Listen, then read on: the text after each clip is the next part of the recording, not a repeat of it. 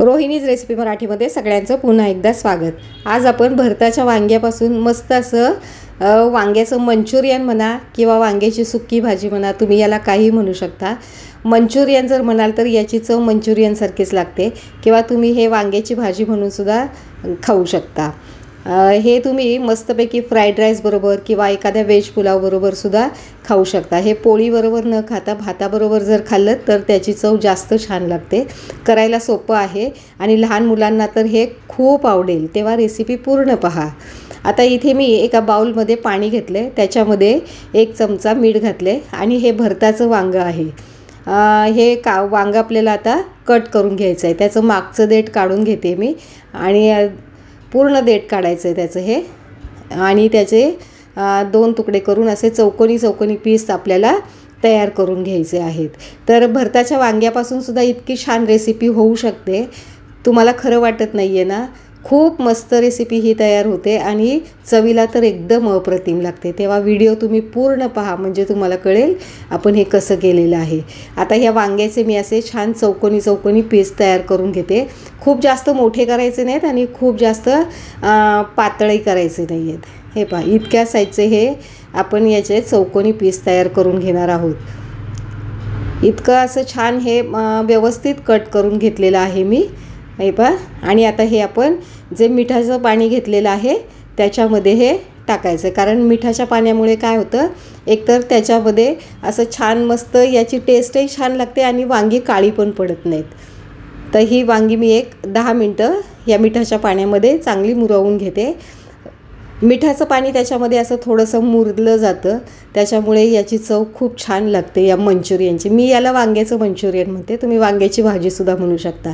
आता 10 मिनटांनी मी त्यातलं सगळं पाणी काढून घेतलेलं आहे आणि त्याच्यात मी फक्त 2 टीस्पून कॉर्नफ्लॉवर घातलं आहे, 1 टीस्पून लाल मिरची पावडर घालायचे आणि अर्धा टीस्पून काळी मिरी पावडर, त्याला काही जण ब्लॅक पेपर पण म्हणतात, ते घालायचं आहे आणि चवीनुसार मीठ घालून हे छान व्यवस्थित असं मिक्स करून घ्यायचं आहे। आता इथे कॉर्नफ्लॉवर खूप जास्त घालायचं नाही आहे, फक्त 2च टीस्पून घालायचं आहे।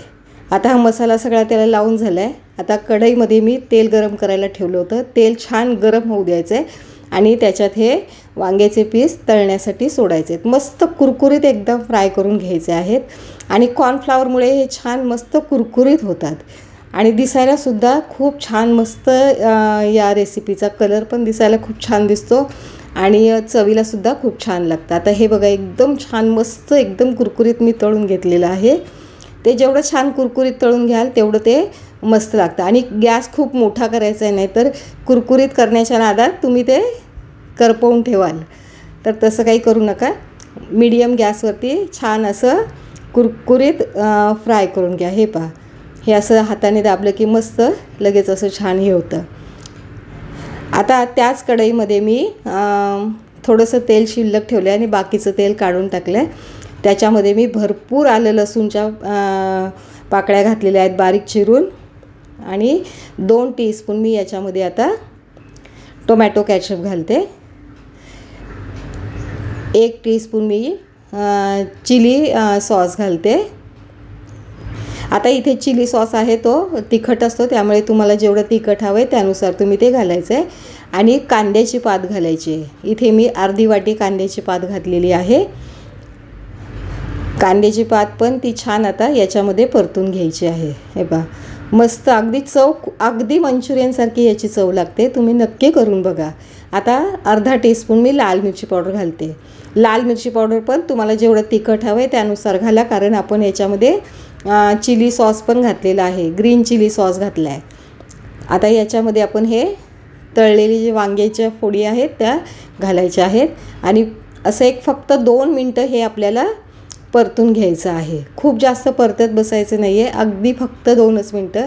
आणि वरून थोडंसं चवीला मीठ घालायचं आहे आणि मीठ बेताचंच घाला, कारण आपण याच्यामध्ये टोमॅटो कॅचअप आणि ग्रीन चिली सॉस घातलेला आहे, त्याच्यामध्ये पण थोडंसं मीठ असतं, म्हणून मीठ बेताचंच घाला। आणि मस्त असे पांढरे तीळ वरून घालायचे आहेत त्याच्यामध्ये, याची चवसुद्धा तिळाची खूप छान लागते आणि भाजी दिसायलासुद्धा छान दिसते। हे पहा, आता ही भाजी आपली तयार झालेली आहे, ती मी सर्व करते। खूप मस्त लागते. अगदी लहान मुलांच्या टिफिनसाठी सुद्धा तुम्ही हे करू शकता किंवा तुम्ही अगदी स्टार्टर म्हणून सुद्धा ही रेसिपी करू शकता. तुमच्याकडे एखाद्या वेळेस जर पार्टी असेल किंवा काही पाहुणे येणार असतील, तुम्हाला एखादं छान स्टार्टर करायचं आहे, तर स्टार्टर म्हणून पण ही तुम्ही रेसिपी करू शकता. आता ह्याच्यावरती मी पुन्हा थोडीशी कांद्याची पात वरून घातली आणि तीळ घातलेत. आता हे आपलं वांग्याचं मंचुरियन म्हणू शकता किंवा वांग्याची सुक्की भाजी म्हणू शकता, तयार झालेली आहे. ती मी आता हा मी मटार पुलाव केलेला आहे त्याच्याबरोबर सर्व करते. तुम्ही व्हेज फ्राईड राईस बरोबर सुद्धा हे सर्व करू शकता किंवा व्हेज पुलाव बरोबर पण सर्व करू शकता. तर इथे जो मटर पुलाव मी सर्व केलेला आहे तो एकदम साध्या पद्धतीने केलेला आहे. त्याला फार काही मसाल्यांचा तामझाम केलेला नाही आहे. त्या रेसिपीची लिंक मी माझ्या डिस्क्रिप्शन बॉक्समध्ये दिलेली आहे. तो पुलावसुद्धा तुम्ही बघू शकता.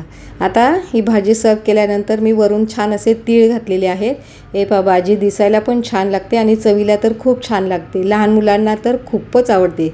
रेसिपी आवडली तर चॅनलला सबस्क्राईब करा, रेसिपीला लाईक करा आणि रेसिपी शेअरसुद्धा करा.